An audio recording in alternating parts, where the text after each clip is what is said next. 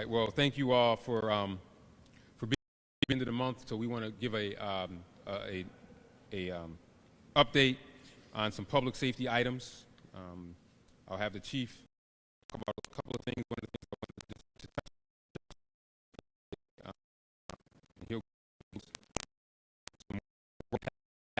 this month that removed a high level and a significant amount of drugs, guns, and money being seized from individuals that thought that they could continue to wreak havoc and cause damage across the city. We will also touch base on individuals that think that it's cool to go around and continue to offer vandalism throughout our city, which we are not going to tolerate.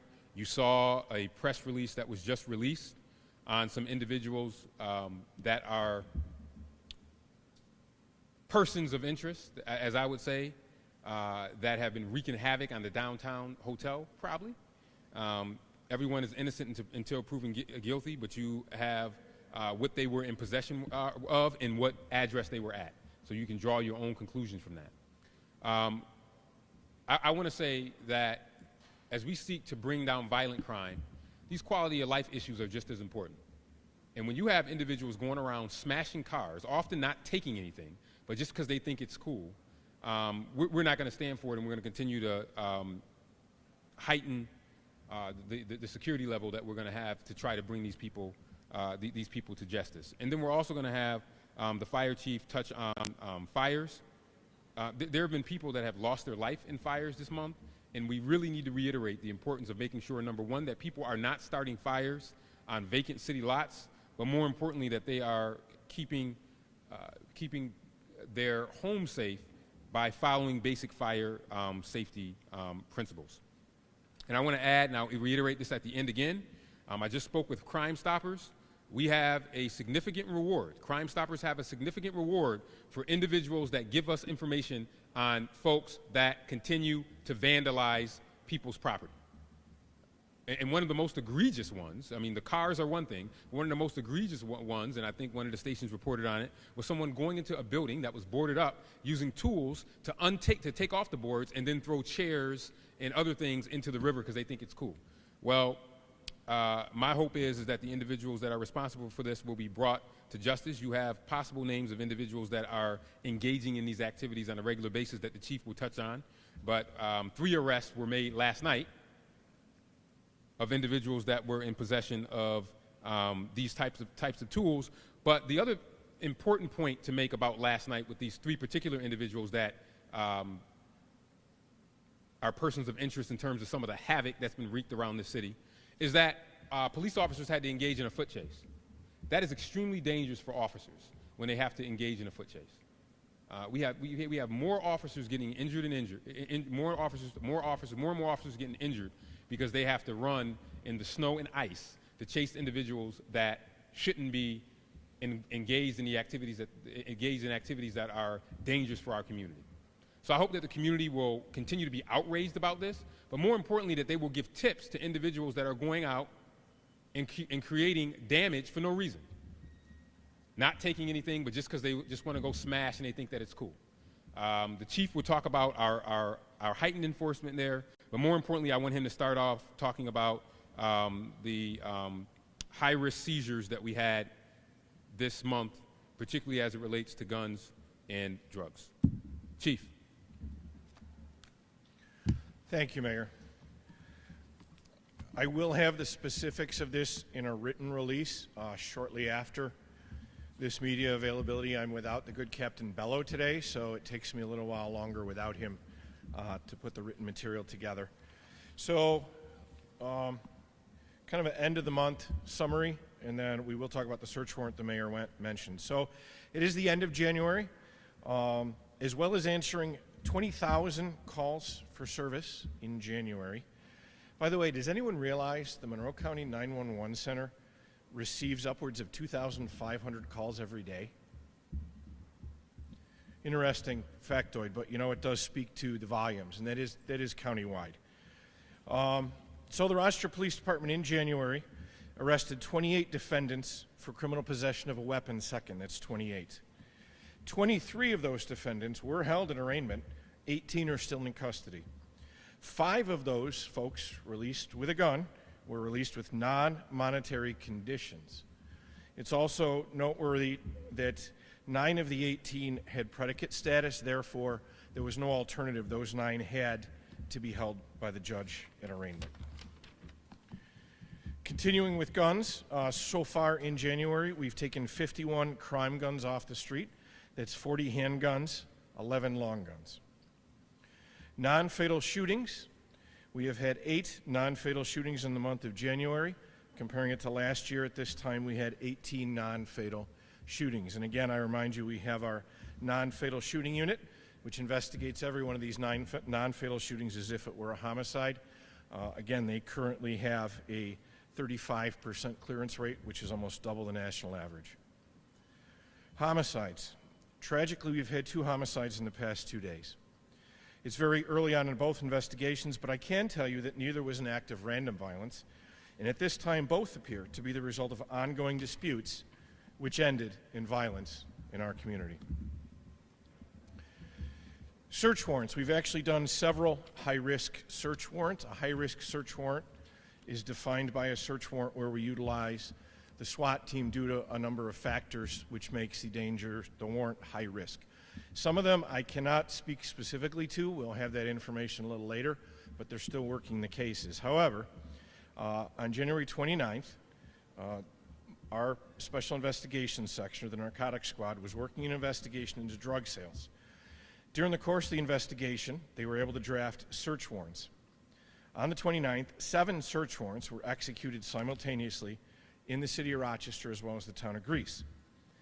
What was seized from all the warrants total, and I will read it again, this will be in a written release a little bit later on. 3.81 pounds of cocaine, 8.96 grams of fentanyl, a loaded .25 caliber handgun, a loaded 9mm handgun, another loaded 9mm handgun, another loaded 9mm handgun, a 5.7mm handgun, another 9mm handgun, a Sig Sauer 9mm handgun, a Smith & Wesson .38 caliber handgun, a Sterling handgun, a Bushmaster rifle, a Cal-Tech .22 caliber rifle with a flash suppressor, which was loaded, an AK-47, which was loaded, various ammunition, body armor, and $177,000 cash.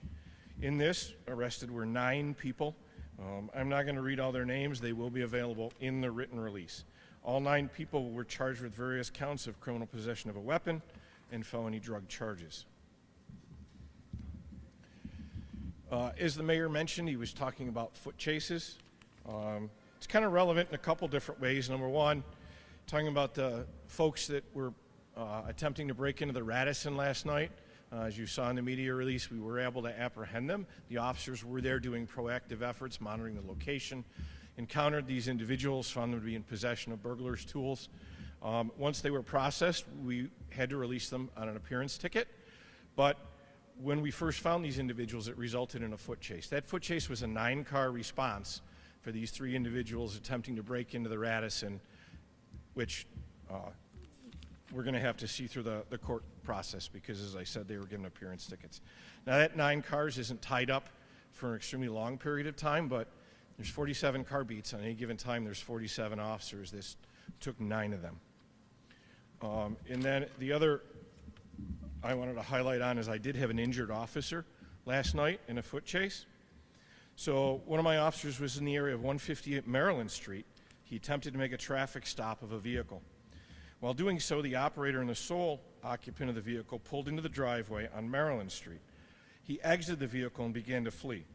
The officer was pursuing on foot, but when vaulting a wrought iron fence, impaled his thigh on the fence. I actually saw it. I have a picture of it. What happened was the fire department had to go and cut the fence to get the officer down, leaving the piece of fence intact in his thigh.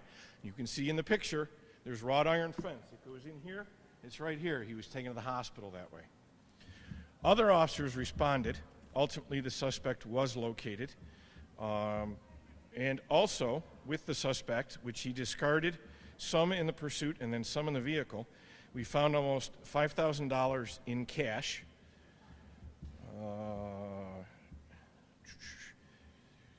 And a large bag of a white powdery substance which was tested to be positive for cocaine. I'm happy to report the officer went to the hospital, had the fence removed from his leg. He's resting at home. He is expected to return to duty. And thanks to the fire department for responding and taking care of my guy. Finally, we did have inquiries this morning. Oh, I'm sorry. I'm also happy at the end of the month to say that our East End Entertainment District initiative continues. I'm happy to report there have been no incidents of violence in the entertainment district since the inception of this detail. And then, as you saw in the release early this morning, we did have upwards of 10 more vehicles with their windows broken out in the area of East Avenue, University Avenue. I can tell you, since this pattern developed, some of the changes is we began investigating all of these. Well, we assigned detectives to them, which is a first, unprecedented. So even folks that had called 911 to report, officers were going back, recontacting each victim, detectives doing neighborhood canvasses, trying to locate video evidence, checking our GPS tracking of known offenders. We've had an increased uniform presence in all of these areas for the past few weeks. This weekend, we're going to be partnering with the New York State Police. We're going to be utilizing both uniform and covert resources from the Special Investigations section. Again, unprecedented. Special Investigations is usually my high-level narcotics, but we're going to have them working the car break-ins as well with the state police. We'll be deploying them according to the data that we have based on our temporal and geographic analysis of the pattern. The New York State Police, besides providing manpower, will be providing license plate readers for the detail. Any report of a car that is broken into will generate an officer response instead of going to 311. This will allow us to investigate in real time. Some of the ones this morning, when officers arrived for calls, there was evidence of other cars that it had broken into and folks had not called to report it. I cannot stress enough, if your car is broken into, we need to know about it, we need to investigate it, we need to see if we can do technician work, we need to be able to do the neighborhood canvas. So I appreciate, you're going to work, your car window is broken into, I get it, but we're only going to stop them if we catch them. To catch them, I need data, I need evidence. So I need cooperation from the public. Please let us know. Another example is one of the stolen cars we had from last night that we think was being used in the break-ins. The owner just wants the car back and wouldn't sign paperwork for us to prosecute anyone in the car, which makes it a little difficult for us to then try and stop that car. So please, I'm asking everyone for patience. I'm asking for information. I'm asking for cooperation.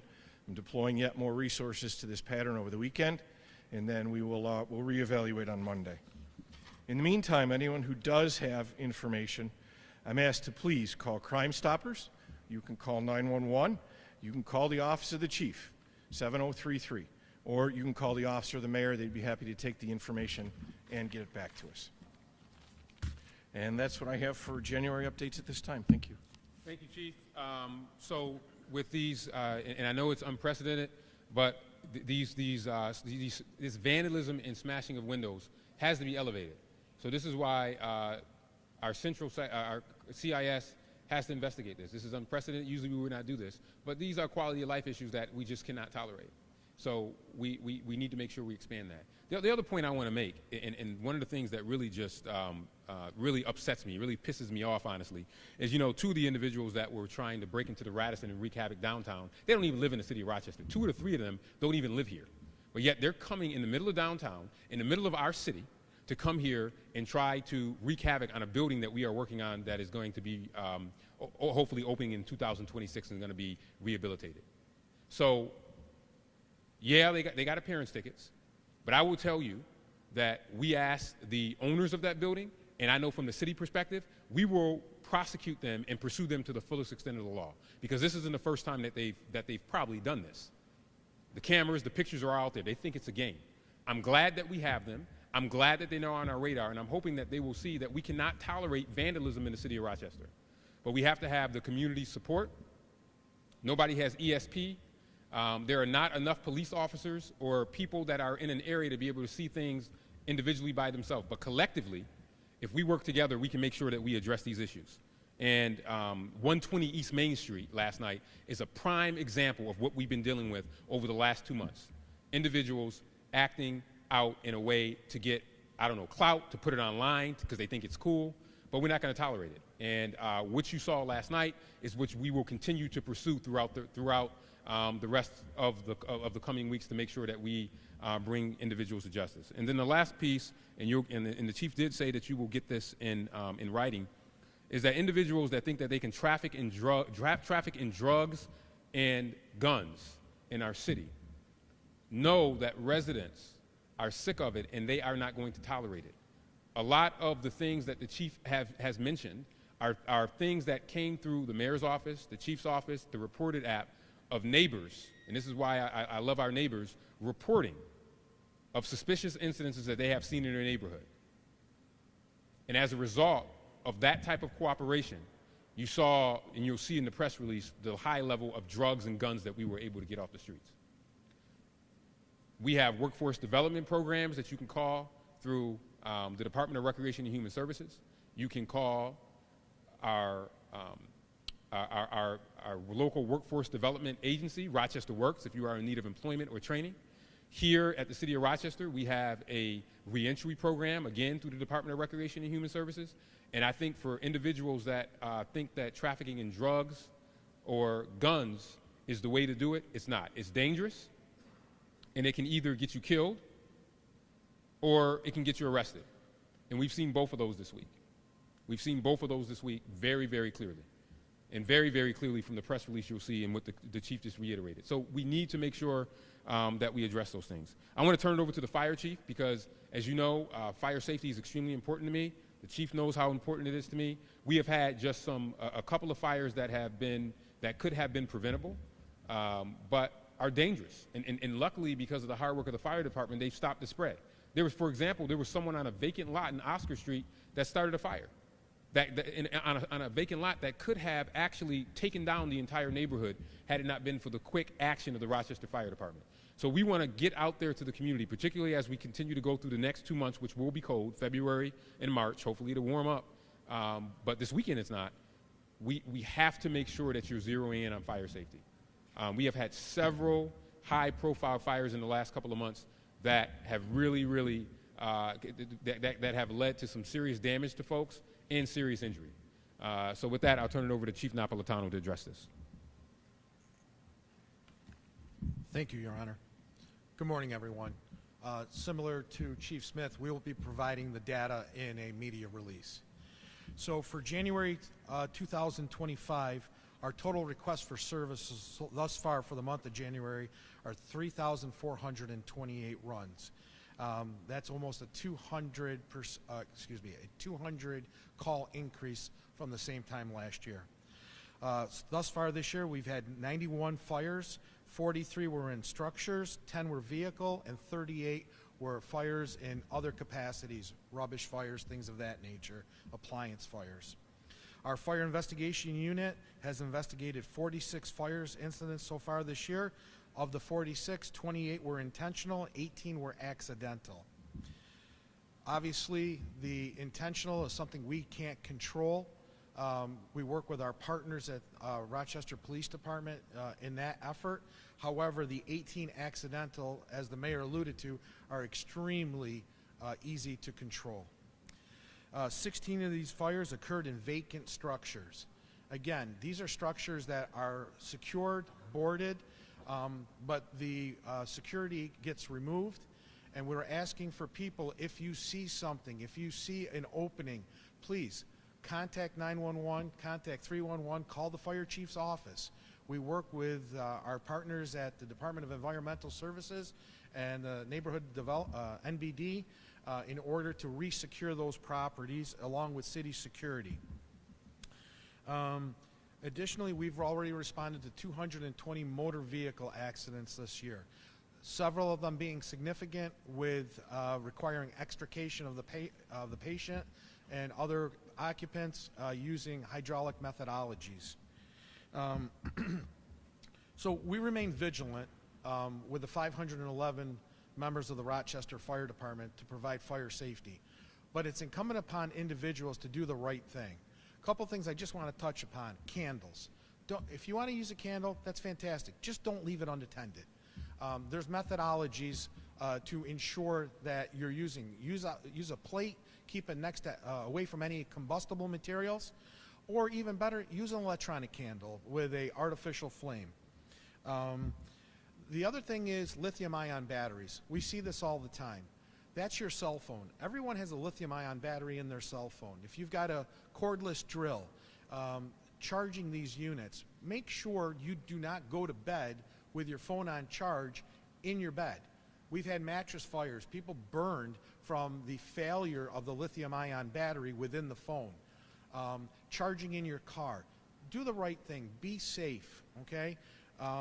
And the other thing, if you do own an electric vehicle, follow the manufacturer's recommendations for charging that vehicle, as well as any tools, things of that nature. And then the last thing I just want to touch on, we currently have 32 recruits in our Recruit Firefighter Training Academy that will be expected to graduate in July, thus bolstering our ranks to keep us at as close as full capacity. Thank you. Thank you, Chief. Yeah, the fires are extremely concerning. A lot of them are preventable. We just saw not too far from here, where was that, where the whole block just burnt down? It was a cell phone. Ovid. We saw what just happened in Ovid. I mean, that was I think a cell phone charger. So we want to try to prevent these tragedies. We've had so many of them here the last couple of months, not just in Rochester, but across the country and across the region. So we want to make sure that we take care of those. I'm going to open it up for questions in a second, but I also just want to say to the fire department that we are to Margaret Papalozio. We lost a long-term fire employee, 57 years. This was going to be her 57th year. Margaret passed away. I gave her the key to the city to celebrate her 55 years 2 years ago. And I remember when I went to, when we were going to have the celebration for 55 years for Margaret, Margaret says, are you coming? Are you going to make me retire? And I said, no, you can work until your last days. And that is what Margaret did. Margaret Papalozio worked to her last day, and she just passed away yesterday. So we're all a little sad up here to lose Margaret. She's worked for the city before I was even born. I think Frank Lamb might have been mayor when she was here, but she was a dedicated civilian employee on the fire side, and we're thinking about her and her family. And I know that we'll find ways to continue to honor her memory and to pay tribute to her. But if you want to do a story on somebody that affected a lot of people, never put on a uniform, but affected all the guys in uniform, think about Margaret Papalozio, who spent 57 years in the fire department. We're going to miss her, and I'm just glad that we got a chance to thank her for her service while she was alive. She got to see that we appreciated 55 years. Nobody works anywhere for 30 years, let alone 55 years, and she was hitting her 57th year this year. So with that, I will open it up to any questions that you might have. Again, like I said, we'll try to do these public safety briefings. We try to do them at least monthly, and it's the first one for January. You got our last year briefing towards the end of the year, but now we're looking forward. Listen, the numbers are better than they were in January of 24. They're better than they were in January of 23, but we want to keep it that way. We want to keep these numbers on this trajectory, but we can't have this nonsense of just quality of life issues that people think that they can bring into our city.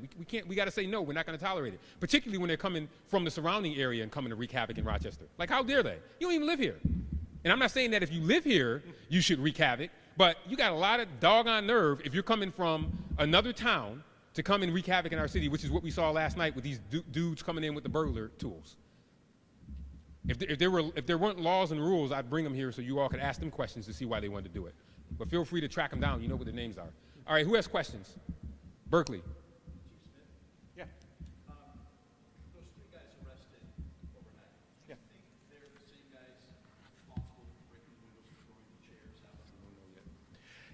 Yeah, possibly, but too soon to say.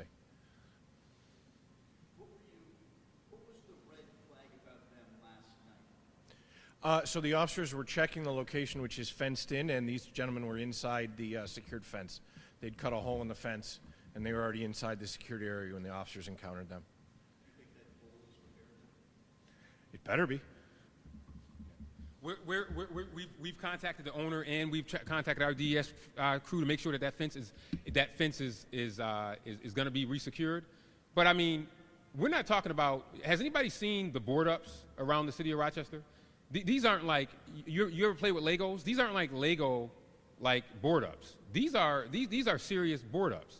So the tools that these individuals had are some serious construction tools to be able to get through these things. It's not like you're going to go get the hammer that I keep in my drawer next to the sink and be able to and get any of these board ups, right? You can't go and take the hammer from my son's toolkit and be able to pull these things off. You have to have some serious tools to be able to get these boards off, particularly from commercial buildings. So that tells you what the intent was.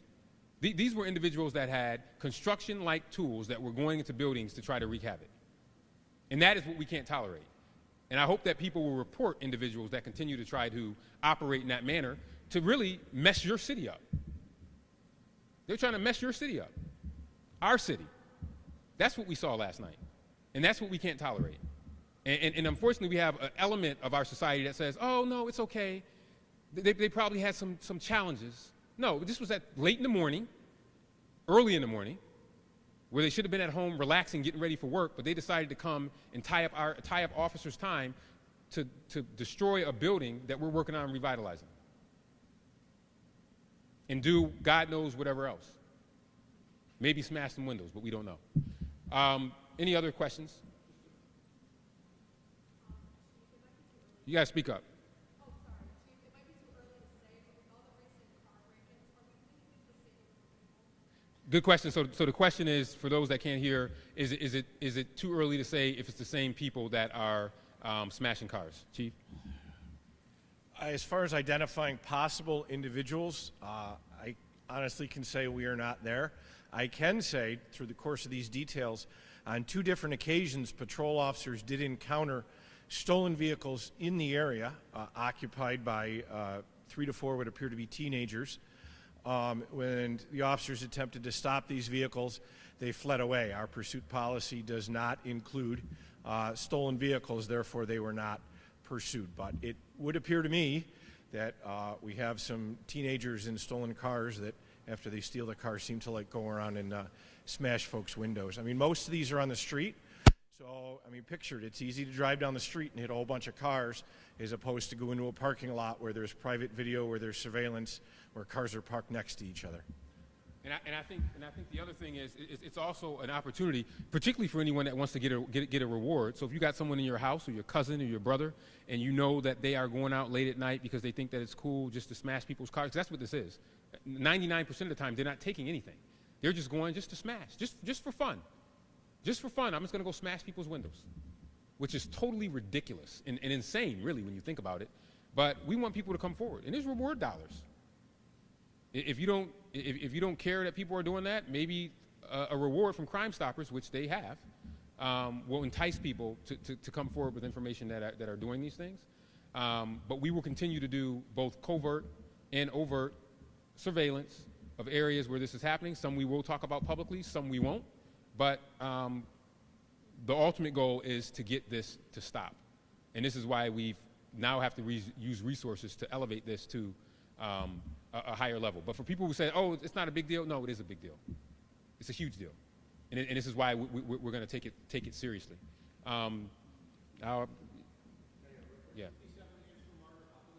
Yes, 57. This year would have been 57. She was going into her 57th year. And if you go to the fire department's Instagram, you can get a picture of her. But 57 years, think about that. No one stays around that long, especially you guys in reporting. I don't think anybody stays at a station for more than 10 years these days. So that's a long time. Yeah, you guys are like dinosaurs. Yeah. It's okay, I am too.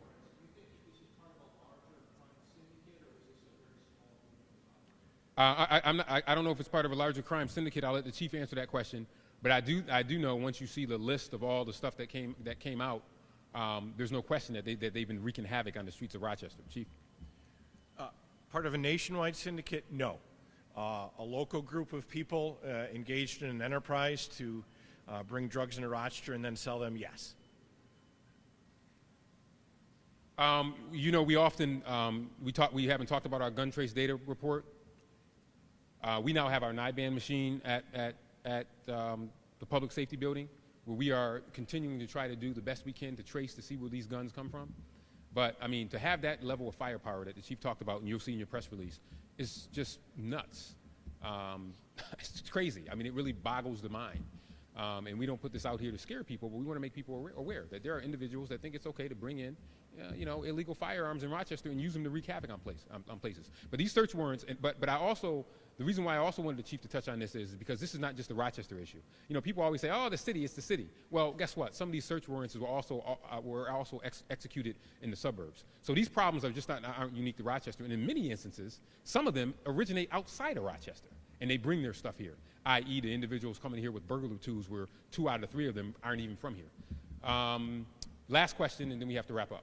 Berkeley. I know of the RPD chase policy nuance that it's spelled out in general orders. Yes. But I'm sure in the last 5 years I've seen stolen cars chased by RPD. I can think of stories where I've done that. Why aren't you chasing these guys? So stolen cars become chaseable if they are endangering officers or the public, basically in a nutshell.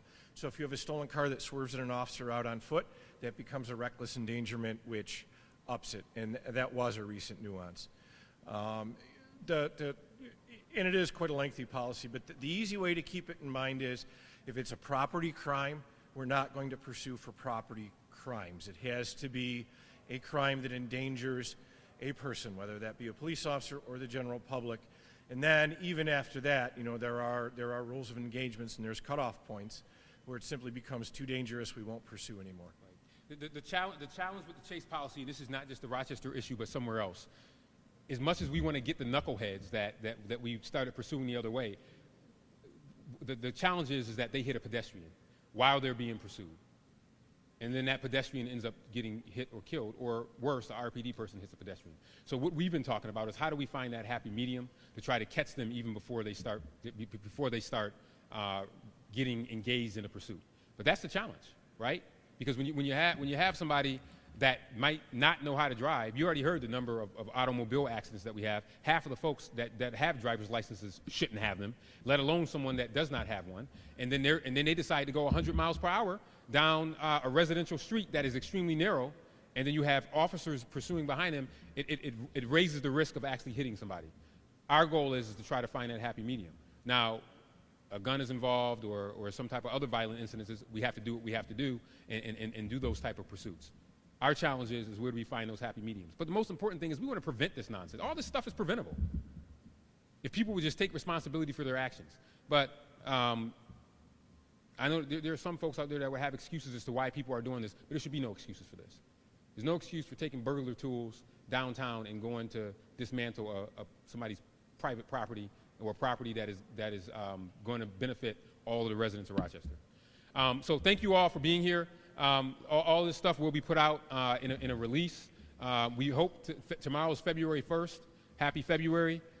We hope to continue the trajectory in terms of decreasing gun violence. We want to be able to do that, and then hopefully our next update at the end of February, February 28th, we'll have good news to report. In this business, there's always good news, there's always bad news, but we like to put it all out there to be transparent, which is what this administration is all about. So with that, thank you, everybody.